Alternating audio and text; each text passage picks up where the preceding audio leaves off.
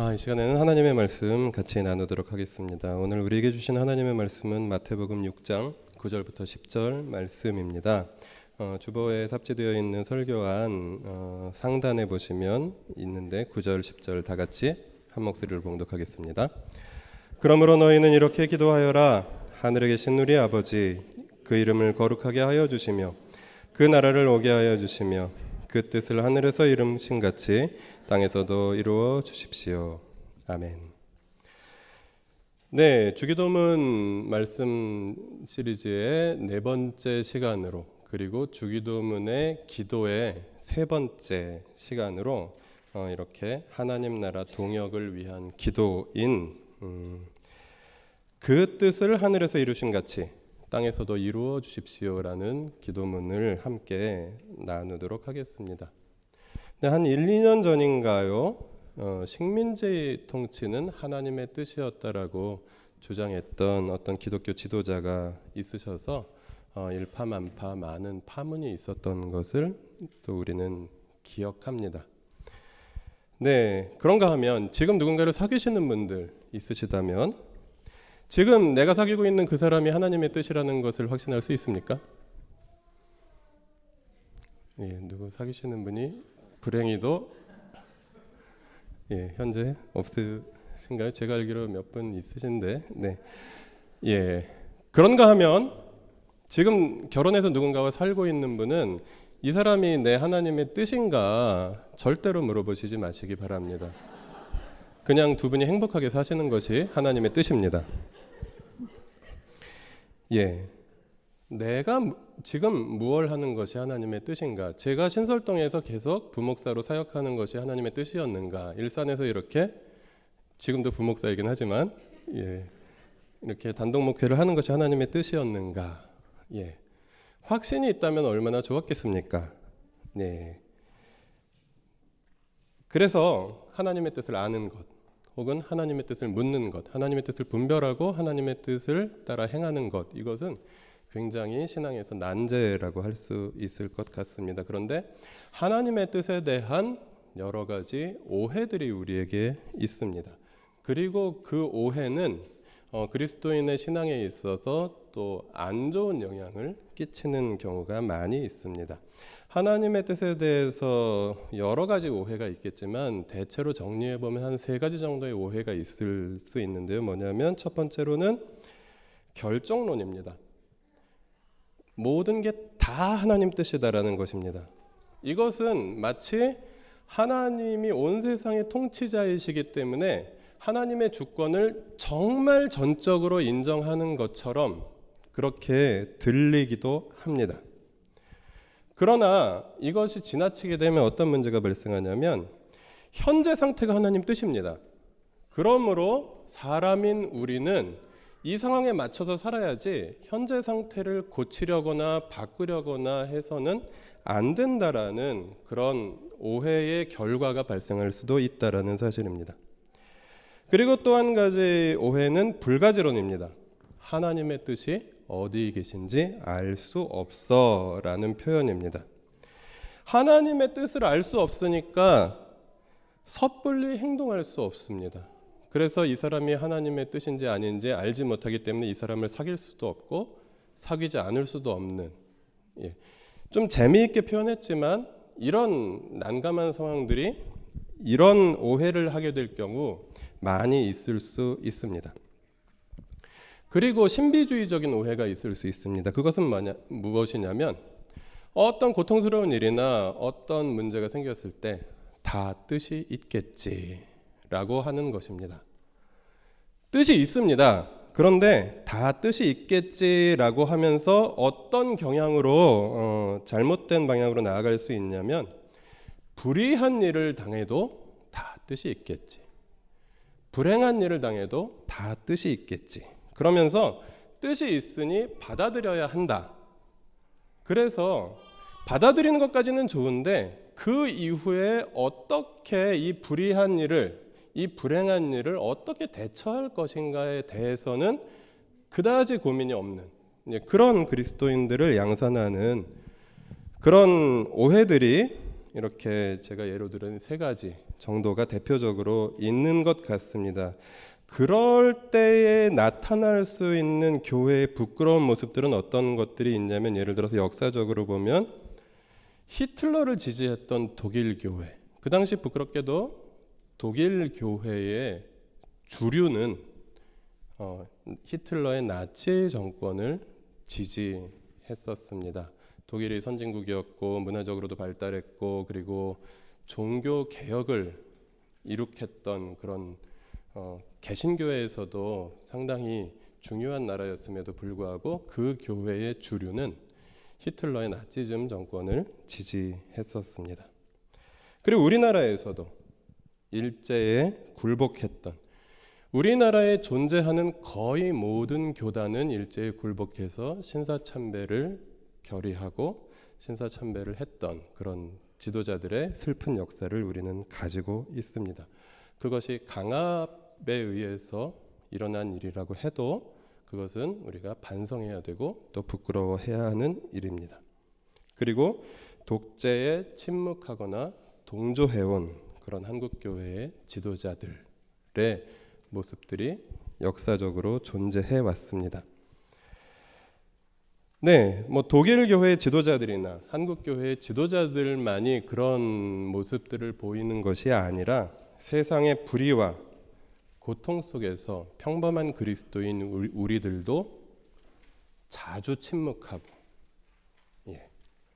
그렇게 무기력함을 느끼는 것 또한 사실입니다.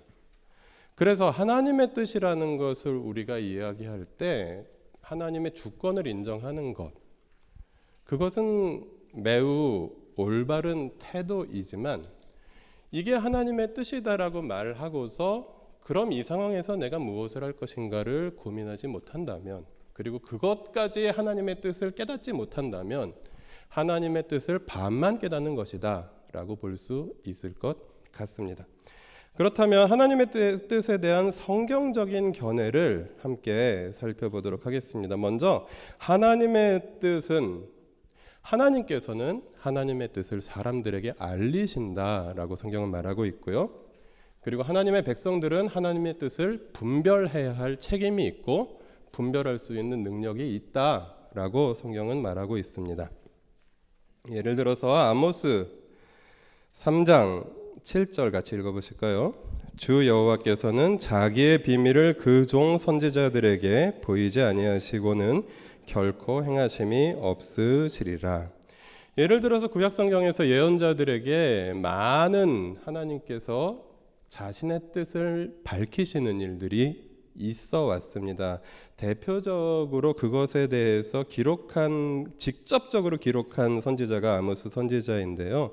네, 그래서 하나님께서는 자신의 뜻을 선지자들에게 이야기하지 않고 행하시는 일이 없으시다. 그리고 그 뒤에 이어지는 아모스서에서 굉장히 아름다운 그런 시가 나오는데, 아모스 4장 13절에도 보면 자기의 뜻을 사람들에게 보이시는 그 이름 야훼 만군의 하나님이시다 라고 아모스 선지자가 노래하는 그런 노래를 우리는 또 만나볼 수 있습니다. 그런가 하면 신약에서도 역시 하나님의 뜻을 분별하는 것을 중요하게 초대교회에서 여겨왔습니다. 바울 사도가 어떻게 당부했는지 로마서 12장 2절 같이 읽어보실까요? 여러분은 이 시대의 풍조를 본받지 말고 마음을 새롭게 함으로 변화를 받아서 하나님의 선하시고 기뻐하시고 완전하신 뜻이 무엇인지를 분별하도록 하십시오. 아멘. 네, 그리고 골로새서 1장 9절 말씀 같이 한번 읽겠습니다. 우리는 하나님께서 여러분에게 모든 신령한 지혜와 총명으로 하나님의 뜻을 아는 지식을 채워주시기를 빕니다. 네, 이렇게 우리가 읽은 신구약 성경의 말씀을 통해서 볼 때 하나님의 뜻은 알 수 있습니까? 없습니까? 알 수 있습니다. 그리고 하나님께서는 자신의 뜻을 밝히시는 분이십니다. 그래서 우리는 그 뜻을 이해할 수 있고, 그리고 또 이해해야 올바른 하나님 나라 백성으로서의 행동과 삶을 할 수 있다라는 것입니다.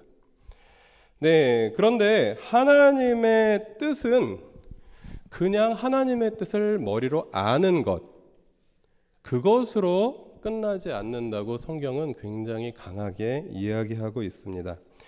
재미있는 것은 하나님의 뜻이 나올 때 사람이 하나님의 뜻을 따라서 행한다.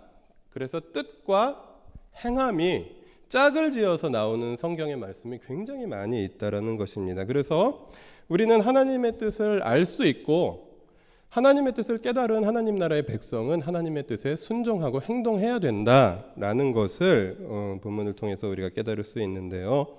마태복음 7장 21절 읽어보겠습니다. 나더러 주님 주님 하는 사람이라고 해서 다 하늘나라에 들어가는 것이 아니다.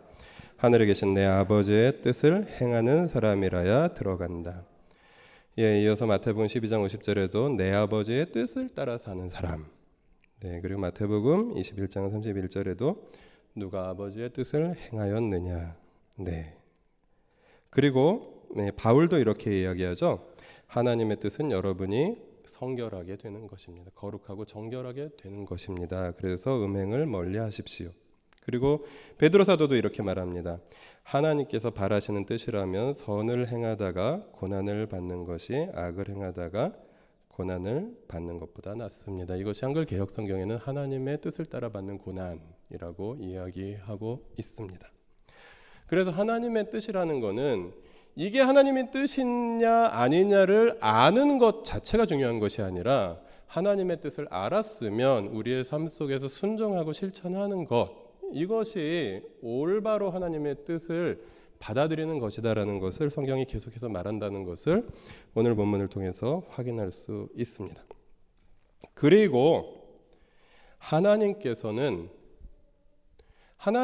전능하신 분이시지만 이 세상에서 하나님의 뜻을 행하실 때 사람을 통하지 아니하고 하나님의 뜻을 행하시는 일이 거의 없다라는 것을 또 성경은 말하고 있습니다. 하나님은 사람을 통해서 뜻을 이루십니다. 즉 하나님께서는 사람과 이 세상에서 하나님 나라를 이루어 가시는 일에 동역하십니다. 베드로전서 4장 19절 말씀 같이 읽어볼까요? 그러므로 하나님의 뜻을 따라 고난을 받는 사람은 선한 일을 하면서 자기의 영혼을 신실하신 조물주께 맡기십시오. 네, 초대교회에 많이 있었던 기독교 박해, 그것으로 인해서 당했던 성도들의 고난, 그것은 단지 로마 정권이 악해서만이 아니라 그것이 하나님의 뜻이었다라는 사실을 고백하고 있습니다. 그것을 통해서 복음이 전도되고 믿음을 지키고 그래서 오늘까지 복음이 이어지게 되는 그런 놀라운 일들이 일어나게 되었다라는 것을 또 알 수 있습니다. 그런가 하면 요한일서 5장 14절 같이 읽어보실까요? 우리가 하나님에 대하여 가지는 담대함은 이것이니 곧 무엇이든지 우리가 하나님의 뜻을 따라 구하면 하나님은 우리의 청을 들어주신다는 것입니다. 우리가 하나님의 뜻을 따라서 기도할 때 하나님께서 우리의 기도를 들어주신다. 즉 하나님께서는 우리의 행동을 통해서 우리와 동역하시고 또한 하나님께서는 우리의 기도를 통해서 또한 우리와 동역하신다. 그래서 하나님 나라의 백성은 행동만 하는 사람도 아니고 하나님 나라의 백성은 기도만 하는 사람도 아니고 하나님 나라의 백성은 하나님의 뜻을 묵상만 하는 사람이 아니라 하나님의 뜻을 묵상하고 분별하면서 하나님의 뜻을 따라서 그리고 하나님의 뜻이 이루어지게 해 주시기를 기도하며 그리고 그 하나님의 뜻을 깨달았다면 하나님과 함께 하나님의 뜻을 실천하는 일에 동역하는 사람이다라는 것을 알 수 있습니다. 네, 심지어 예수님께서도 이렇게 말씀하셨던 것을 우리는 알고 있습니다. 마태복음 26장 39절 네, 눈으로 보시면요. 아버지 하실 수만 있다면 이 잔을 내게서 지나가게 해주십시오. 그러나 내 뜻대로 하지 마시고 아버지의 뜻대로 해주십시오. 하나님께서 우리를 구원하시는 그 구원의 계획, 구원의 뜻을 이루실 때에 아들이신 예수님, 완전한 사람으로 오셨던, 완전한 하나님이시면서 완전한 사람으로 오셨던 그 예수님과 함께 동역하셔서 우리의 구원을 이루셨고 완성하셔서 이미정 자매님도 구원을 받으셨고 우리도 구원받은 백성으로서 함께 가족이 되었다라는 것을 본문은 또한 말하고 있습니다. 미정자매님께서 오늘 세례를 받으셨지만 그 미정자매 한 분이 세례를 받는 과정 가운데 하나님이 갑자기 미정자매님에게 이렇게 머리를 스치고 지나가는 어떤 감동이나 아니면 굉장히 신비로운 어떤 그런 사건으로 나타나셨다기보다는 사람들을 통해서 일산이라는 한 인상이 안 좋았던 도시에 살고 있는 이 조그만 교회의 한 성도들을 통해서 그 공동체에 속한 한 사람 한 사람을 통해서 또 그 공동체에서 함께 관계를 맺어가는 또 몇몇 더 친밀하게 또 섬기며 서로 도왔던 사람들을 통해서 하나님께서는 이 한 분을 구원하셨고 그리고 하나님 나라 백성으로 삼아주셨던 것을 우리는 기억합니다. 여러분께서도 마찬가지이셨을 것입니다. 누군가가 여러분께 복음을 전했고 그리고 누군가가 여러분을 사랑으로 섬겨주었고 그래서 그 사랑과 그 관계 속에서 마음이 열렸고 그래서 교회의 문턱을 두드리게 되었고 그리고 함께 하나님 나라 백성이 되어 있는 우리의 모습을 발견합니다. 하나님께서는 결코 사람을 통하지 않고 일을 하시는 일이 물론 있을 수 있습니다. 그러나 거의 없습니다. 하나님 나라 백성을 사용하셔서 하나님 나라 백성들과 동역하시면서 하나님께서는 그 뜻을 이루어 가신다라는 사실입니다.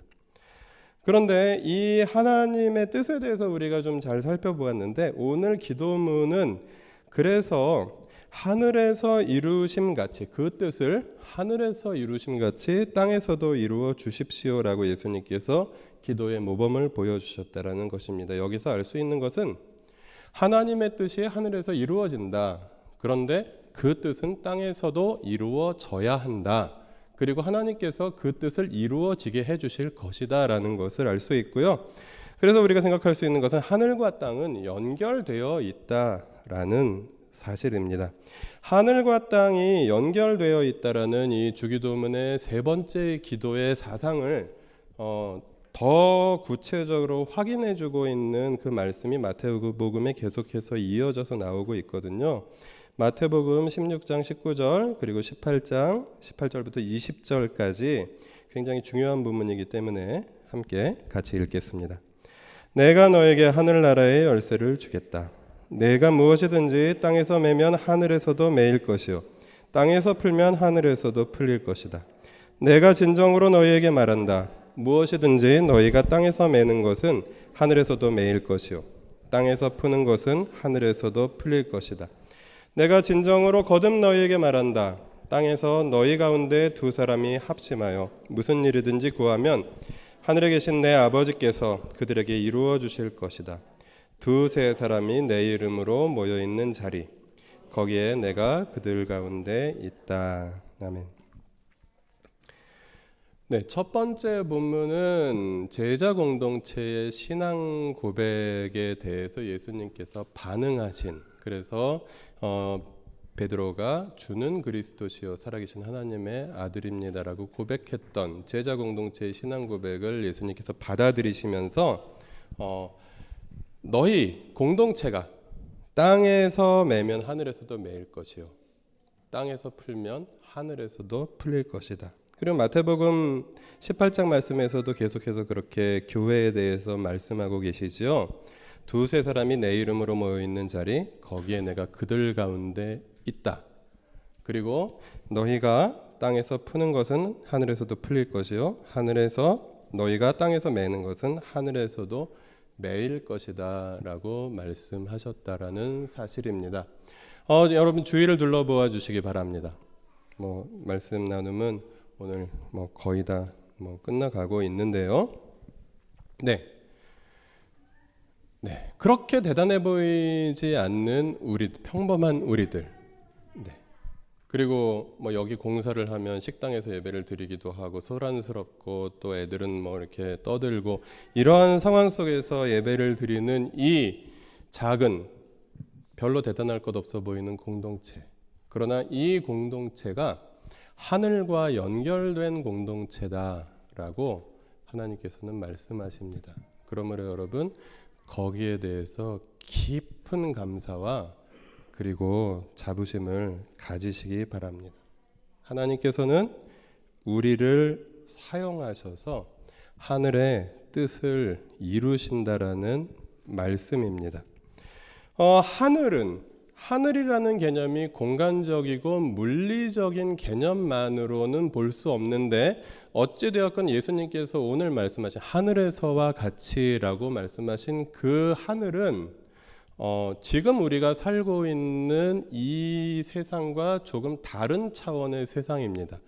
그 하늘은 어떤 곳이냐면 하나님의 뜻이 완전히 이루어지는 곳, 하나님의 다스림이 완전히 실현되고 있는 곳을 의미하는 어떤 개념입니다. 그런데 그것은 개념 속에서만 존재하는 것이 아니라 우리가 구체적으로 발 딛고 손으로 만지고 몸으로 부딪히면서 살아가고 있는 이 땅에서 그 뜻이 하늘에서와 같이 땅에서도 이루어지도록 기도해라. 그러면 하늘 아버지께서 여러분의 기도를, 우리의 기도를 들어주실 것이다 라고 예수님께서는 지금 말씀하시는 것입니다. 즉 여기 굵은 글씨로 써있는 부분 같이 읽어볼까요? 그 뜻을 하나님의 다스림이 완전히 실현되는 온전한 세상에서 이루심같이 땅 하나님의 다스림이 실현되어야 하는 깨어진 세상에서도 이루어 주십시오 라는 뜻입니다. 이 세상은 깨어져 있습니다. 이 세상은 고통이 가득하고 이 세상은 문제투성이입니다. 이 세상은 슬픈 사람들이 너무나도 많이 있고 이 세상에서 하나님이 살아계시다라고 말하기가 너무 자신 없고 부끄러울 정도로 많은 사람들이 불행과 고통을 경험하고 있고 그리고 죄악이 판치는 세상입니다. 그런데 하나님께서는 이 세상을 내버려 두지 않으시고 하나님의 다스리심을 온전히 이루실 것이다 라고 예수님께서는 이 기도를 가르쳐 주시는 것을 통해서 우리에게 말씀하시는 것입니다. 그래서 그 하늘에 연결된 공동체로서 교회에 속해 있는 우리 교회뿐만이 아니라 여러분이 어느 교회에 속해 있으시든지 그 교회라는 공동체에 속해 있는 사람들은 이 세상에서 하나님의 뜻을 대표하는 사람들이고 하나님의 뜻을 받아서 이 세상에서 실천하면서 하나님과 동역하면서 함께 이루어 가야 하는 사람들이다. 근데 그 삶의 출발점이 바로 하나님의 뜻이 하늘에서와 같이 땅에서도 이루어지게 하여 주십시오 라고 기도하는 것이다 라고 지금 예수님께서 우리에게 말씀하시는 것입니다. 그러므로 결론적으로 하나님의 뜻은 하나님의 백성이 하나님과 함께 하나님의 일을 행하는 것이다 라는 것을 오늘 주님께서는 이 기도를 통해서 말씀해 주십니다. 하나님의 뜻은 하나님의 백성이 하나님과 함께 하나님의 일을 행하는 것입니다.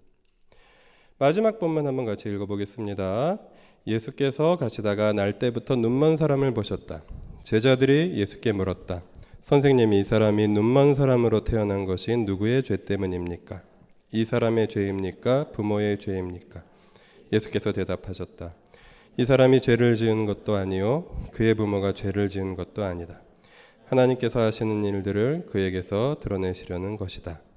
우리는 나를 보내신 분의 일을 낮 동안 해야 한다. 아무도 일할 수 없는 밤이 곧 온다. 예수님께서 제자들과 함께 길을 가시다가 날 때부터 눈먼 사람을 보셨습니다. 오늘날로 생각하면 고통을 당하고 있는 사람입니다. 고통을 당하는 사람이 고통을 당하는 이유가 무엇인지 제자들은 궁금했습니다. 저 사람이 고통을 당하는 것이 자기의 죄 때문입니까? 아니면 부모의 죄 때문입니까? 라고 그것이 궁금했고 그것이 제자들의 호기심을 자극했습니다. 즉 이런 질문이었습니다. 저 사람이 지금 눈이 먼 것은, 저 사람이 지금 고통을 당하고 있는 것은 하나님의 뜻입니까? 라고 묻는 것입니다. 여기에 예수님께서는 무엇라고 대답하셨습니까? 이 사람이 왜 고통을 당하고 있는지를 물어보는 것, 그것으로 너희들의 호기심을 충족하는 것은 아무 의미가 없다. 중요한 것은 이 사람을 위해서 이 사람에게 하나님이 하시고자 하시는 바를 우리가 행하는 것이다 라고 예수님께서는 말씀하고 있다라는 사실입니다. 우리가 사는 세상 속에서도 얼마나 많은 불행이 닥쳐옵니까? 갑자기 사고가 나고 갑자기 천재지변이 일어나고 많은 사람이 죽습니다. 많은 사람이 다치고 많은 사람들이 가족을 잃어버립니다. 이러한 상황 속에서 하나님의 뜻이 어디에 있는가를 물어보는 것, 물론 물어볼 수 있습니다. 그러나 거기에서 끝나서는 안 된다라는 사실입니다. 지금 불행을 당한 사람들이 있다면, 지금 고통을 당하고 있는 사람들이 있다면 하나님의 뜻은 이 사람들이 왜 고통을 당하고 있느냐, 그것을 아는 것으로 끝나는 것이 아니라 이 사람들을 위해서 그리스도인인 우리는 무엇을 할 수 있는 것인가, 내가 어떻게 이 사람과 함께 할 것이며 이 고통당하는 사람에게 어떻게 손 내밀 것인가, 그것을 하나님께서는 원하시고 하나님의 뜻은 거기에 있다는 사실입니다. 그래서 우리는 이렇게 기도할 수 있을 것 같습니다. 굵은 글씨로 쓰여져 있는 두 줄의 기도문 같이 읽어보실까요? 불의하고 불행한 일을 하나님의 뜻이라 함부로 말하지 말게 하시고 그 상황에서 일하시는 하나님과 함께 하나님의 뜻을 행하게 하소서. 아멘.